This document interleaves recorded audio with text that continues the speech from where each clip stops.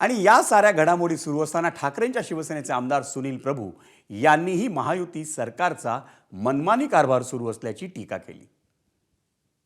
जी सक्षम लोकशाही या देशामध्ये होती, या महाराष्ट्रामध्ये ती राबवली जात होती, त्या महाराष्ट्रामध्ये विधिमंडळाच्या अधिवेशनामध्ये विरोधी पक्ष नेता नाही ही दुर्दैवी बाब आहे। या सरकारला मनमानीचा कायदा करायचा आहे, हुकुमशाही करायची आहे, पोकळ आश्वासन देऊन त्याची अंमलबजावणी न करणं हा या सरकारचा धंदा आलेला आहे। आणि त्यामुळे याला जाब विचारण्यासाठी सक्षम विरोधी पक्ष नेता या विधानसभेत असेल आणि तो यांना जाब विचारेल म्हणून विरोधी पक्ष नेतेपद हे घोषित करत नाहीत। एबीपी माझा, उघडा डोळे बघा नीट।